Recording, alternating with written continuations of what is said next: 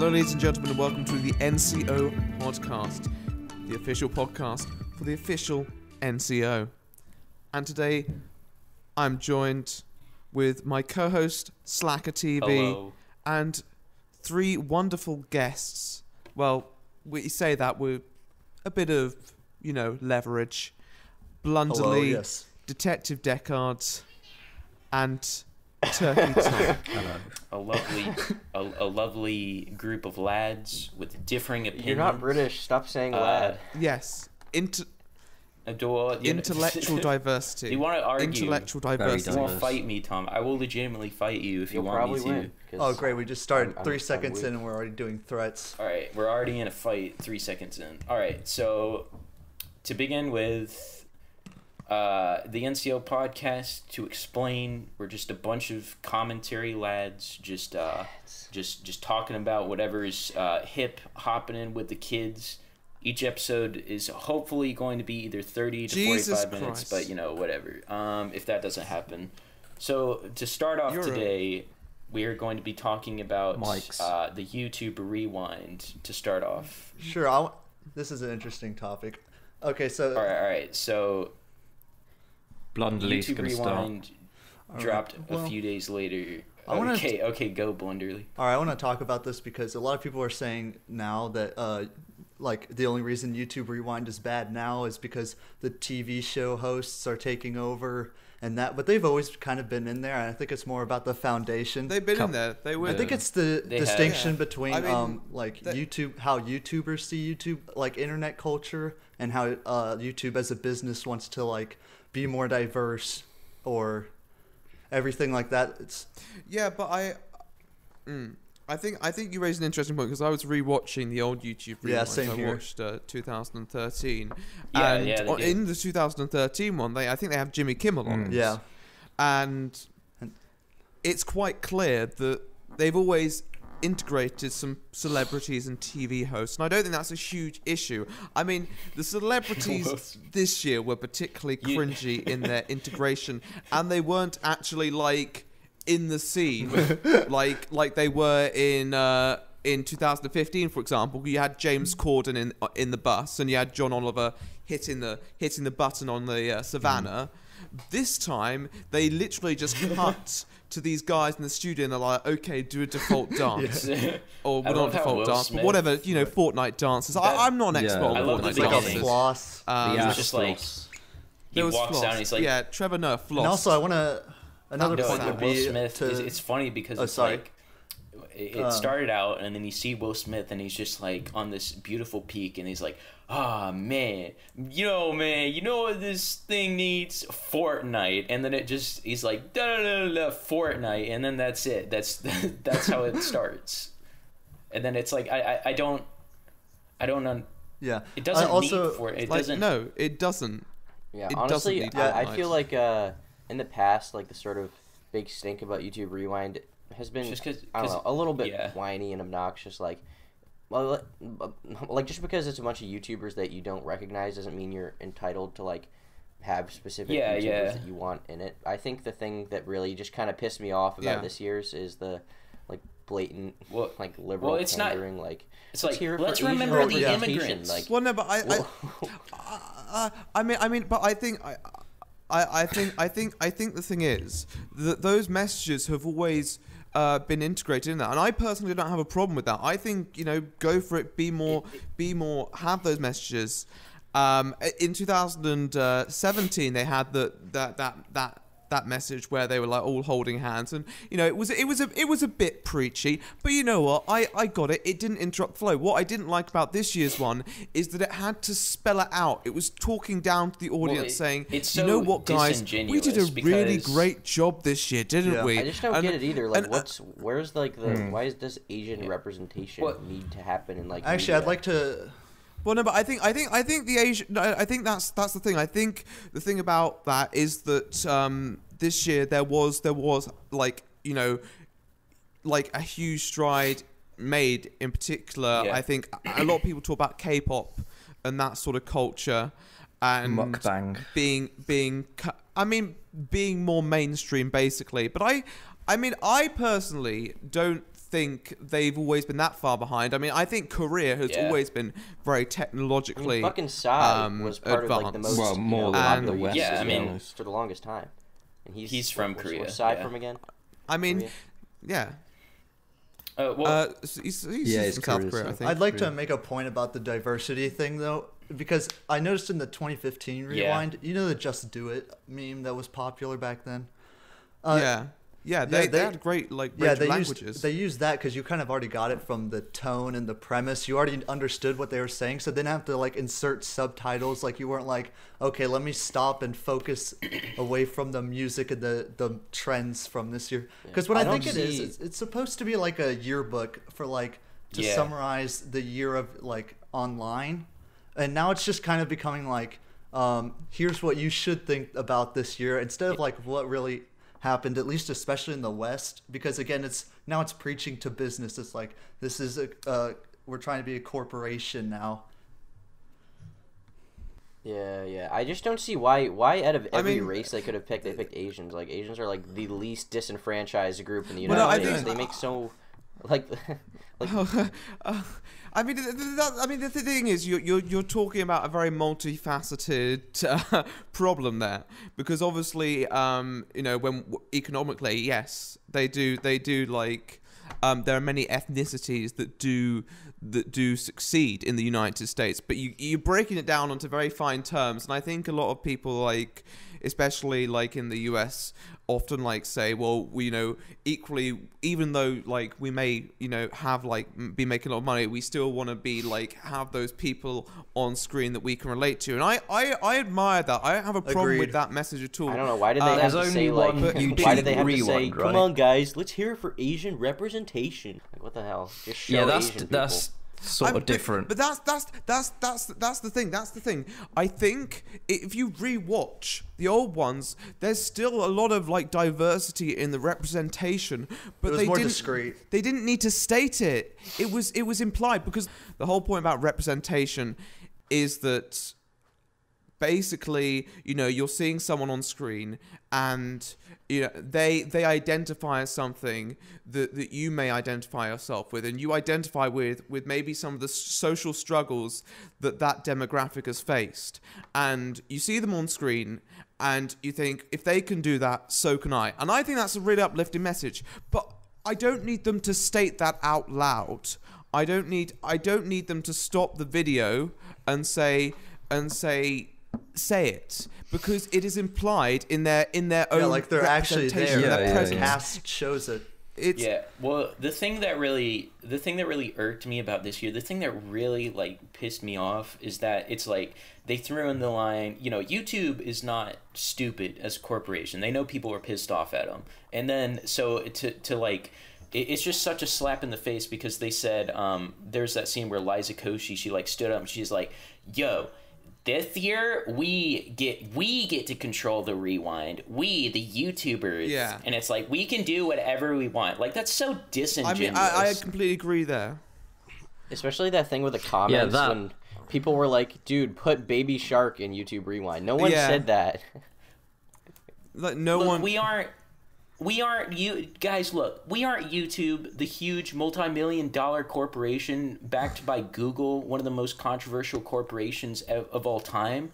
That we aren't making this for us. We're making it for you. Yeah, I know. It was really disingenuous, and as Tom said, as Tom briefly mentioned, the idea that that they were pulling that away from the actual YouTube comments, like that was a huge misrepresentation. If you'd asked what they would have wanted, like all of those comments were completely fabricated. Like, if they said look at the comments and you sampled most of them, they'd be kill yourself, fuck off, and I like M Clement. Like, that's what all the comments would be. I think that was literally the only positive comments in all of YouTube that they found. I'd also like to those 5 comments. Yeah, it's very strange. They found such positive comments, and they just didn't include the name. I don't even think they included the names. They were just like a profile picture that was just that's all made it up. I think my ultimate issue with this year's Rewind is it just didn't flow. Yeah. I got the math on it really didn't. Where they cut it off. It was a minute and a half about like just random cuts to just talking, and then every everywhere from 340 to 520 was just pure talking. And there were too many memes as well. Yeah. And I think one of the biggest problems with memes is that when you include a meme, memes are very got a short lifespan. They get stale. Indicative of the zeitgeist, and equally they get lame very quickly because they get overused. And if you rewatch 2015, in my opinion, it's the best one because they don't. I mean, I can't remember if they use any memes. Yeah. 2013 was also good, it was just the but they transition from meme to meme. The 2015 one was really good. They had like that whole FNAF thing, and you know they had. It's like they had memes in there, but it's just like it wasn't the center point. It basically didn't seem like YouTube Rewind. It seemed like a PR job. That's literally what they were doing for the entire year. It did. Which is like, it's kind of what YouTube Rewind has always been, but now it's kind of like I can't remember, but I think Implement tweeted this out where he's like, 2017 was the year that YouTube fell out of stopped connecting with their user base, and 2018 is the year that people realized it. Yeah, and I speaking of which, sorry to cut you off, but okay. YouTube Rewind is now the second most disliked video on YouTube with over 6 million dislikes compared to the first most disliked video, which was Justin Bieber's Baby, which has 10 million dislikes. I mean, it's going to surpass it. It's great at this rate. It's a great it's only been a couple of days. And by the way, Justin Bieber's video has like 3.5 billion views. So, and the YouTube Rewind only has like 100 million at this point. How I old can't is remember. the I don't know if Bieber that video? math is right, but how many years? It's like from 2012. Okay, so 6 years. So about 6-7 years. I mean, yeah. And it's only been like 3 days, and YouTube Rewind has accumulated more than half of those dislikes. So it's not, the future of it isn't looking too certain. But I think it would be a very this great is better than for PewDiePie the versus YouTube T-Series. to be. Yeah. I mean, this honestly is one of the things I think going into YouTube Rewind is that a lot of the narrative was like, people are going and wanting to hate this. And when I watched it first, I wanted to like completely distance myself from that narrative. And when I finished watching it, I was like, I actually hate this. I had to go and re-watch it to make sure it wasn't just like me being completely biased against YouTube, because they have had a rough year in many ways. And I really think, even as an independent piece of artistic creation, it's just not a good creation, because it's all about, you have to make it show not tell when you recap a year, and it was just too much spelled out, obviously, and everything was very juvenile and childish. And this comes down to my theory, is that I think the increase of child channels, the supposed most highly paid channel right now is Ryan's Toys Reviews, is that they oriented this more to the very young demographic. Because those are the people who watch YouTube the most, is what YouTube thinks. And I mean, they are right in a sense, they're right. But at the same time, they don't there's more. I think that's just the largest concentration of people. Like that's like a lot of kids that age watch that one channel, but a lot of people from many different ages watch a bunch of different channels. I think the difference is it's the most advertiser friendly as well. It's like, just because he's the highest paid doesn't mean that necessarily mean as that a child PR is the only demographic. To be honest, they'd be better off just doing what the people wanted, because now it's going to look like, well, it's true, but it's going to tell all the mainstream media that all of YouTube's users hate them when they look at the dislike. They're going to look. Yeah, but it's not really for the people. It's mainly for the media. But what I'm saying is now it doesn't even work as being for the media, because it ends up looking to the media like everyone hates their videos and everyone hates what they made. I don't think they care. I mean, the thing is the that media. Maybe it's a point of advertisers in a way. Maybe not made for the media. I'd say probably. I say children and advertisers. It was definitely oriented towards, and for some reason we have this really high standard. We have this really ridiculous, and I don't fully understand it. We have this really ridiculous high standard for YouTube in particular. Whereas when you have like many of the mainstream news channels, CNN, they'll like cut from like some breaking like news transpiring, someone's just shot up a cafe or something. By the way, here's some messages from our advertisers. Like if you did that on YouTube, they would you would be absolutely hounded. That's the thing that I don't understand either, because CNN does that. Like I remember seeing whenever the Las Vegas shooting happened, CNN actually like cut to a commercial break about that, or Ethan for Coke. Yeah, H3 was talking about that, and then it's like, oh, the Las Vegas shooting sponsored by Coca-Cola. It's like, it's easy to say it's disgusting, right? But we're at the point where like I can't even blame the news company necessarily for doing that. But it's the norm. I don't know. I just mean how they make money. They got to make money. It costs thousands of dollars to broadcast that stuff and put it on the news. So you need ads. They've been advertising tragedies for fucking ages. So like, it's nothing new. Is that really what you want your company? I mean, but that's the thing. That's the thing. All I ask for, really, like in my opinion, all I want is some consistency. And I've never really. That's what's always bothered me about the whole situation, is that everything on YouTube is held to such a higher standard when it comes to what is appropriate for advertising in comparison to other sites. And in a way, I get it. I do honestly get it, because it's independent creators and you don't know what they might be saying in their videos. But at the same time, surely we could actually like have this system where certain like trusted creators are given some sort of pass because they have established themselves on the website as actual arbiters, and not terrible people who are willing to take advantage of it for personal gain. And so I do understand the whole dilemma, but at the same time, it's like, well, I don't think that people should be afraid of talking about controversial topics because they may not be able to make money from them.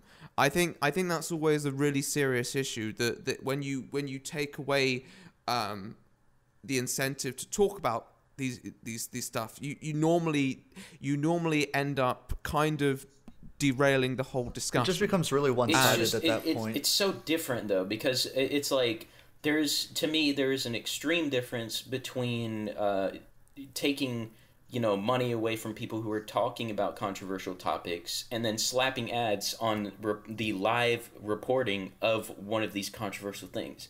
It's kind of like the ironic thing is that a lot of these companies, it's just like CNN. There's a difference to me between CNN slapping ads on, putting in between ad breaks while the shooting is literally happening and people are literally dying at the moment that a Coke ad is playing, and there's a difference between a YouTube commentator getting demonetized because he's talking about live and past talking about it. I think there's, what do you mean there's a link is there a between... distinction? Like, you're not talking about it. You're not adding commentary on CNN. CNN is literally monetizing the tragedy itself because it knows that people are going to, like, if people are glued to their screens looking to see if, like, how many people have died. Like, is my family okay? I mean, the same thing happens with commentaries about when tragedies. Whenever... I mean, I guess leech is an improper word, but they inherently draw interest, and they draw in but they're not people who are interested in it. Like for example, true crime documentaries. Yes, they are drawing true crime documentaries about horrible murders, right? Yes, but the event is past, and people. No, but the events have already transpired, and people have been able to process it. Why does there need to be processing time? And it's like, everybody already knows what happened. Everything is already done, and they're giving an analysis or a commentary about what happened. They're not trying. They're not like advertisers are. They're not saying to the media. So the way it works is like YouTube was edgy and all that for a long time, and advertisers didn't care. It was only until the media starts pointing out all the PewDiePie stuff and all that, that's when the advertisers... So there's a big link, almost like symbiosis between those two. The media hates YouTube. But it is the norm. Like, CNN are the media, so they get away with this. Like, it's I don't know, maybe I'm just too CNN, cynical and jaded on the topic. They're established media. I don't know. I don't see that much of a distinction. Like, I kind of see where you're coming from, but I just don't. I don't know. Like, what do you expect CNN to do? Like, just not run ads all day because a shooting happened? But that's how. Yeah, I mean, then CNN wouldn't be able to report the news, will they? So they have to run ads. If they want to run ads afterwards, whenever they're talking about what transpired, then that's fine. But whenever they're literally having footage of, like, you know, the shooter shooting people and they're reporting live on the events, you know, I just think it's very messed up. I mean, is it a little messed up and immoral? Yes, but I don't think it's anything that's going to change, you know. Well, no, it's obviously not going to change, but I mean, it's just like, it's the principle of it, because it's like all these companies, it's disingenuous to me because all these companies pretend as if they don't want their message, you know, it's like, oh, well, we can't have our brand Coca-Cola associated with this celebrity because... Okay, so like Kevin Hart, like that's a recent thing. So Kevin Hart being a celebrity... Oh, that was depressing. That was very depressing. I mean, basically, they dug up old tweets of Kevin Hart using homophobic slurs. The obvious one right. in this instance. From 2009. From 2009, 2010, and I think honestly I think 90% of them I don't give a shit about. The one that I think was a bit like, you know, I think insensitive was the one where he said, like, you know, break the doll's house. You know, I can understand why that may have come off the wrong way, but it's been almost a decade though at this point. You gotta expect people to change. If he continued those messages, I suppose there's an argument. The thing about it is that people are so, like, I mean, I understand why people would get offended about it, but that was the point of, like, they were joking. I mean, I think the advertiser position about the world being homophobic, and he doesn't want his son to be. You know, if, like, let's say an advertiser wants to put their stuff on CNN, right? The distinction between a shooting being covered by CNN with ads on it is that they don't, you know, people don't associate it as the shooting being sponsored by the ad company. Most people see it as like a trusted news source, whatever you want to, if you want to call CNN that.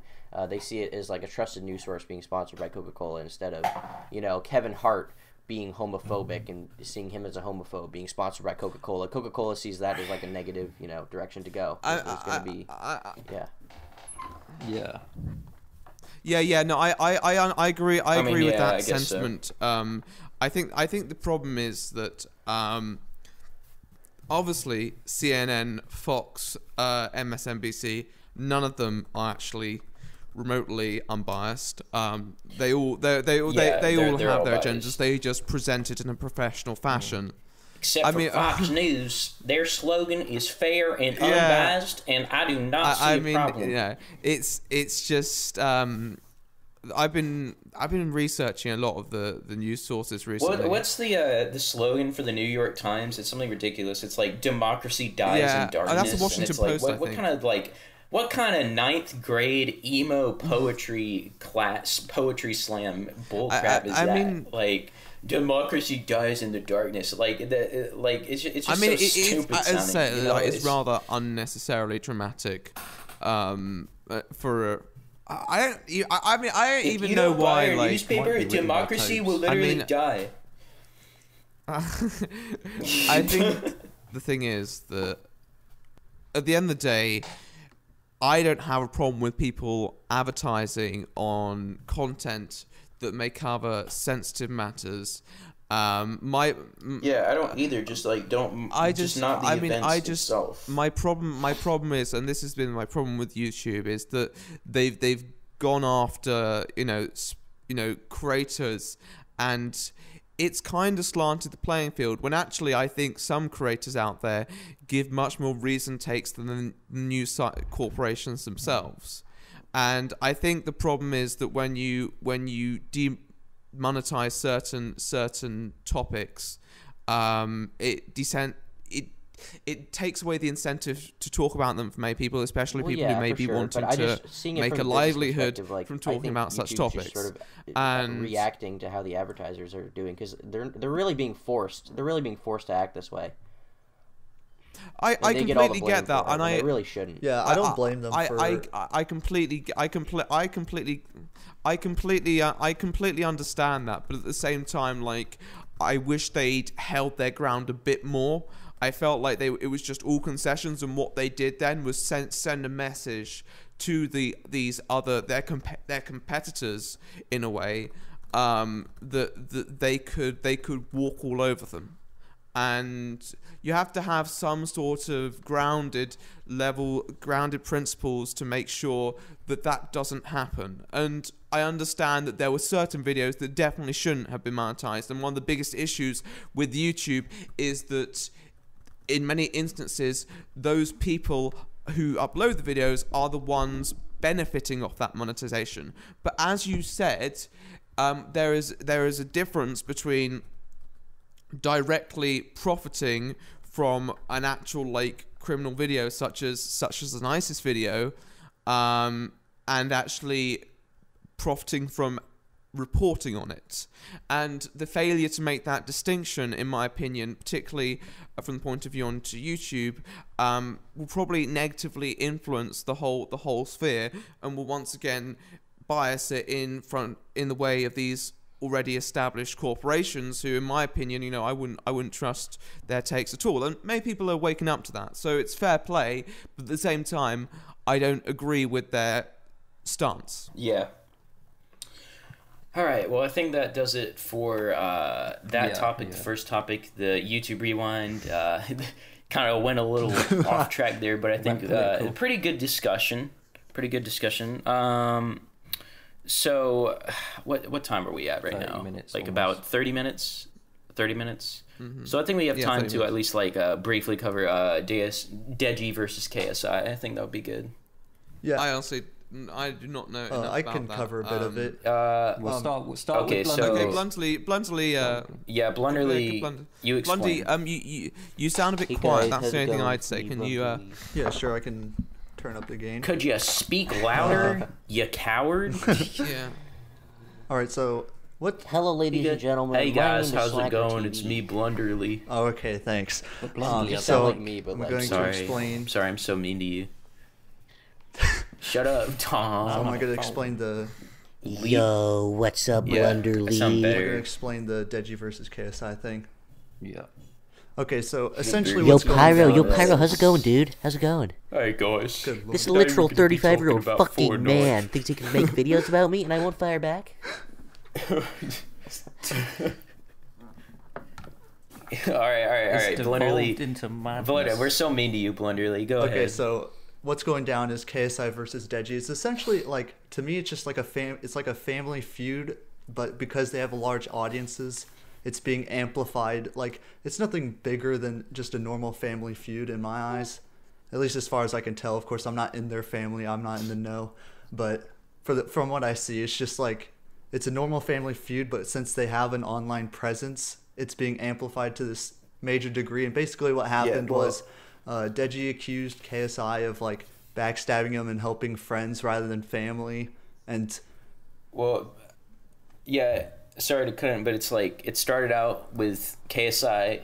It was a video, and then it was like a game show thing, and then KSI's camera guy, like they said, name a dead YouTube channel, and then his camera guy said Deji, and then KSI got pissed because I don't know. It's just such a KSI got pissed or Deji?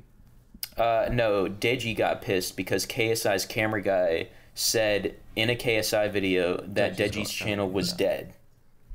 And then I can't remember who dropped a diss track first, but I believe Deji said the diss tracks were dropped. It was started with Randolph dropping Man-Child, the diss track, and then Deji responded. Exactly. KSI reacted to that. Deji reacted to, like, I don't know, they all reacted to each other's reactions.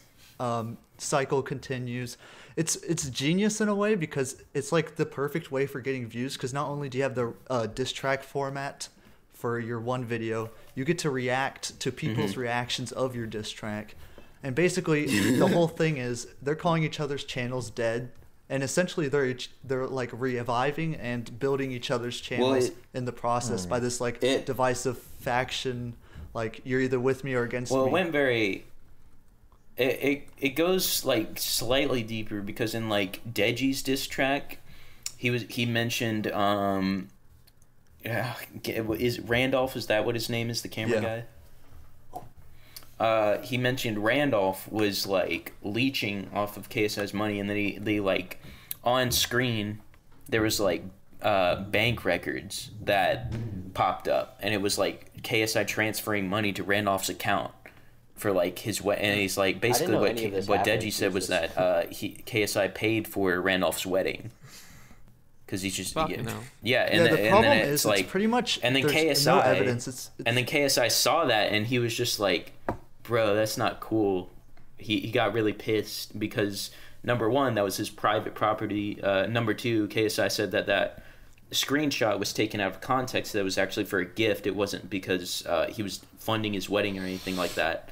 And also because his parents would have had to have given Deji the access to the account because Deji didn't know that. Well, it's before. important. It's really important to note that Deji later said that it wasn't the bank account alone, like showing that wasn't alone what was making the tension, like wasn't the main cause. He said it's been going on for years, which I mean, yeah, I can definitely understand. Hey guys, I mean, Comedy Shorts Gamer here. The thing is that this is, I mean, whether it's manufactured or not, it's in a way a lot of this very personal drama is all these people, especially people like Deji, have got left. I mean, Deji has been on like a view downturn for a while now, I believe, and I think what we're seeing in particular is I don't really, apart from like Kavos, a lot of people aren't really that interested in covering it. It seems quite old already, rather stale. I mean, I'm not particularly interested in them. I don't think they're particularly interesting people. I mean, the only person who really has that sort of interest is sort of Logan Paul, and even then, that's sort of like a Disney villain style interest. Like, you're not really rooting for Logan Paul. And especially, I mean, KSI and Deji, I don't know how much longer they have on the platform. I just feel like I get the sentiment that people are kind of getting bored turning over the record, and I do not know if, I mean, they always manage to create something new, but it does make me wonder exactly what's going to happen. Well, to their credit, at the very least, over next year. I would have thought since they did FIFA exclusively, they start out that way. It's pretty impressive that they've managed to keep traction through evolving. So I'll give them credit there. Definitely. And we'll see if they keep evolving. Definitely. But what's concerning I think they is just literally looked at Jake Paul, Logan Paul, and thought, what the kind of dramas have they done in the past? Oh yeah, they did a brotherly feud. They did do that thing once. Let's do that. Yeah, they did. I can't say it's if either it's fake or not. or All I can say is that slightly real, but it's like sort of. I don't know. I just think I think that it is like it's real. I think it's just like so overblown. Yeah, I don't think they really care that much. They just, I don't think it matters if it's real or purposefully- not. I just think it's just like it seems to me like normal family tensions, but it's just overblown because they're sharing it online and everyone's picking a side, everyone's commenting. They're all like, now there's diss tracks the fact about that it. It's online is suspicious in itself. Like family shit. Yeah, you just do that privately. There's really no reason to do it online unless you want to profit out of it. But I mean, they both kind of are kind of dumb, to be completely honest. I mean, but it's like one of those things. Because if one of them, if one of them takes it public and starts to benefit off it, then the other one has to as well, and then it just becomes basically who can punch harder, and it's going to escalate basically. And this is the thing. This is a step up from the previous drama in the whole idea of stakes. Yeah, it's like now it's brother versus brother. They fought now it's everyone. brother versus brother. Like, what happened? They fought after everyone this? together. Like, and this is how I always see it with a lot of these people. And you saw it with the rise of stars like Woe Vicky and Danielle Bregoli, and then eventually you got to that sort of peak with someone like Lil Tay, who is so unbelievably like unbelievable that how do you top that? How do you top that? And it reaches the same with KSI and Deji. And once you reach that peak, you know, you've done all you can, and people start to lose that interest. Well, it's like, and that's what I see. Yeah, it's like reality TV. Eventually. So if you probably don't remember the first series of UK Big Brother, that was pretty normal. And then as the seasons progressed, they just got more mental.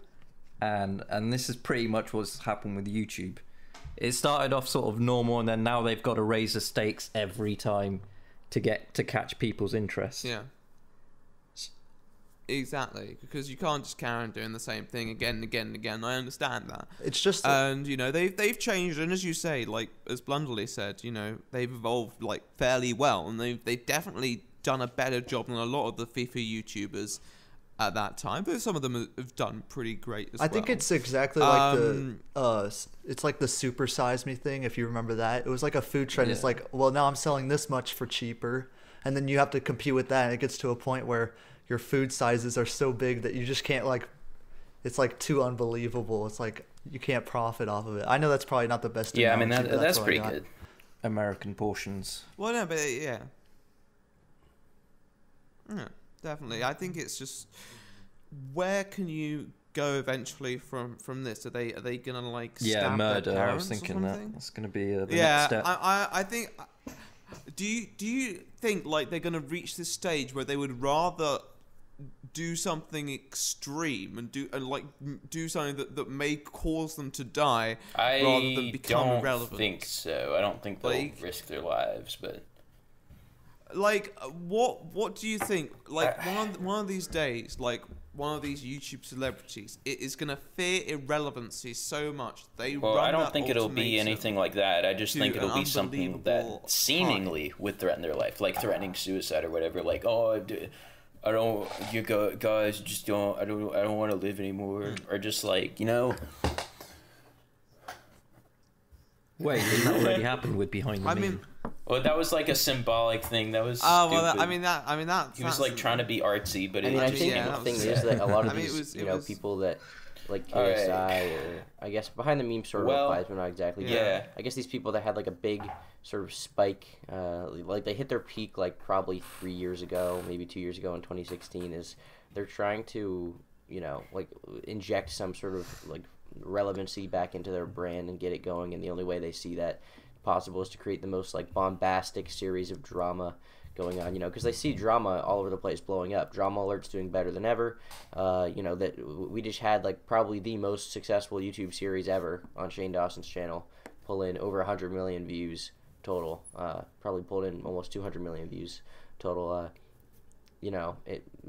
On Shane Dawson's channel, whatever. So I think a lot of people are just sort of like grasping at straws and trying to squeeze whatever they can out of the rest of their channel. Anyhow, I was going to say, the thing is, I feel like you reach a point with someone like Behind the Meme where I genuinely think it would be easier for them to just start up a whole new channel. And I feel like this is the thing, when you run with a brand and that brand dies, it's sometimes, especially like if you've been prolific for one thing and you've got those subscribers, like it's very hard to revive it as something completely alien to that subscriber base, even for smaller channels. I mean, I think Kazooz did it a few months ago when he tried to change his style to Fortnite trolling. Oh yeah. It was something. I think it's gaming, it's kind of like the economy, how the economy fluctuates. You can't just like instantly change something, expect like automatically, let's raise the wages and then instantly the economy's better. It's very gradual, and you can't just transition an audience. Unless you do Reddit videos. Unless you do Reddit videos, which is true. But even then, it's like there are some YouTubers who I know try to do Reddit videos, and they just didn't go in the same way. They must be pretty bad. That is literally just reading. I mean, but it's not that they're necessarily bad, it's just the algorithm didn't like them because of how they'd established themselves previously as creators. I feel like with someone like, Spartans and such, their content was never that intellectual anyway.